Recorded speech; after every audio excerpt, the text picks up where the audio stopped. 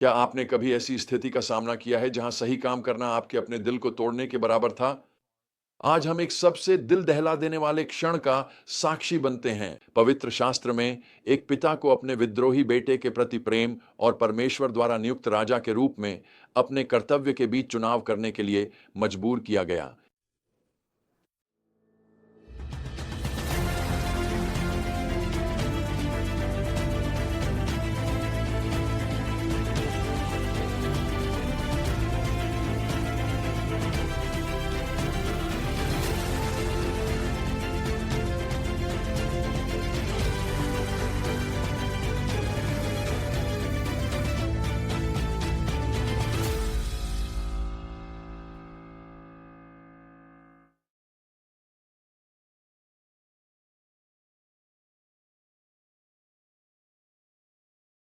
इस अंश का मूल संदेश अत्यंत गहरा है।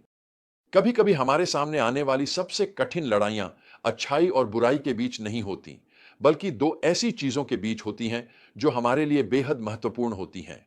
दाऊद के मामले में यह उसके बेटे अबशालोम के प्रति उसका प्रेम बनाम परमेश्वर की प्रजा की रक्षा करने और न्याय बनाए रखने की उसकी जिम्मेदारी थी।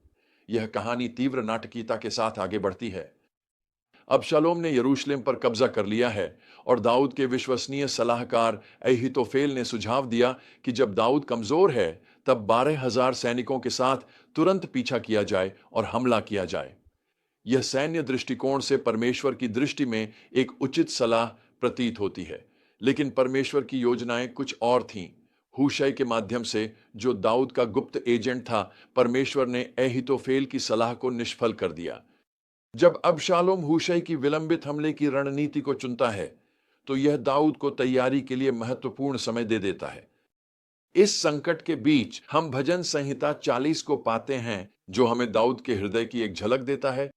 उसके शब्दों को सुनिए। मैंने यहोवा की प्रतीक्षा धैर्यपूर्वक की। उसने मेरी ओर ध्यान दिया और मेरी पुकार सुनी। उसने मुझे कीचड़ और दलदल से भरे उस गंदे गड्ढे से बाहर निकाला। उसने मेरे पांव चट्टान पर रखे और मुझे स्थिर स्थान प्रदान किया।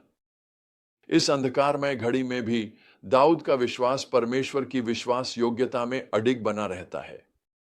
युद्ध स्वयं एप्रैम के जंगल में होता है, जहां तलवार से अधिक लोग जंगल की कठिनाइयों के कारण मारे जाते हैं, जो यह स्मरण दिलाता है कि परमेश्वर अक्सर हमारे युद्ध अप्रत्याशित तरीकों से लड़ते हैं। फिर आता है वह क्षण जो सब कुछ बदल देता है। अबशालोम एक पेड़ के नीचे से सवारी करते हुए अपनी प्रसिद्ध बालों की लटकों को शाखाओं में फंसा लेता है। वही चीज जिस पर उसे अत्यधिक गर्व था, उसके पतन का कारण बन जाती है। जब दाऊद के लोग अबशालोम को वहां लटका हुआ पाते हैं, तो उन्हें दाऊद की विनती याद आती है, मेरे लिए उस जवान अबशालोम के साथ कोमलता से पेश आना। लेकिन योआब, दाऊद का सेनापति, एक अलग कर्तव्य देखता है। वह जानता है कि जब तक अबशालोम जीवित है, राज्य में कभी शांति नहीं हो सकती। 3 भालों से दिल को भेद कर वह अबशालोम के जीवन और विद्रोह दोनों का अंत कर देता है। फिर आता है पवित्र शास्त्र का एक सबसे हृदय विदारक दृश्य। जब दाऊद नगर द्वार पर समाचार की प्रतीक्षा करता है, तो वह केवल एक ही प्रश्न पूछता है, क्या वह जवान अबशालोम सुरक्षित है? जब उसे अपने पुत्र की मृत्यु का पता चलता है, तो उसका शोक ऐसे शब्दों में फूट पड़ता है जो आज भी हमारे हृदय को चीर देते हैं। हाय मेरे बेटे अबशालोम, मेरे बेटे अबशालोम, काश मैं तुम्हारे स्थान पर मर गया होता। वाह! तो हम इन सत्यों को आज अपने जीवन में कैसे लागू कर सकते हैं? सबसे पहले हमें यह समझना होगा कि कभी-कभी सही कार्य करने की कीमत बहुत व्यक्तिगत होती है। साथ ही हम यह भी सीखते हैं कि परमेश्वर के समय की प्रतीक्षा करना, जैसा कि दाऊद ने हूशै की सलाह के माध्यम से किया, संकट की घड़ी में भी अत्यंत आवश्यक है। फिर हम देखते हैं कि घमंड, जैसे कि अबशालोम का, अक्सर किसी व्यक्ति के विनाश का कारण बनता है। फिर और सुनिए, यह बहुत महत्वपूर्ण है। हम समझते हैं कि नेतृत्व कभी-कभी ऐसे निर्णय लेने की मांग करता है जो हमारे दिल को तोड़ देते हैं। जब परमेश्वर किसी नेता को उठाने के लिए तैयार होता है, तो वह उसे अपने पीछे चलने की कीमत चुकाने के लिए भी कहता है। जब यीशु ने अपने पीछे चलने का आह्वान किया तो उन्होंने कहा कि शिष्य को स्वयं का इनकार करना होगा, अपना क्रूस उठाना होगा और उनके पीछे चलना होगा। जब मैं यीशु का अनुयायी बनने के अपने शुरुआती वर्षों को देखता हूं, तो मैं उस बुलाहट को देखता हूं जो उन्होंने मेरे जीवन पर रखी थी। मुझे कुछ कठिन निर्णय लेने पड़े थे, खासकर संबंधों को लेकर।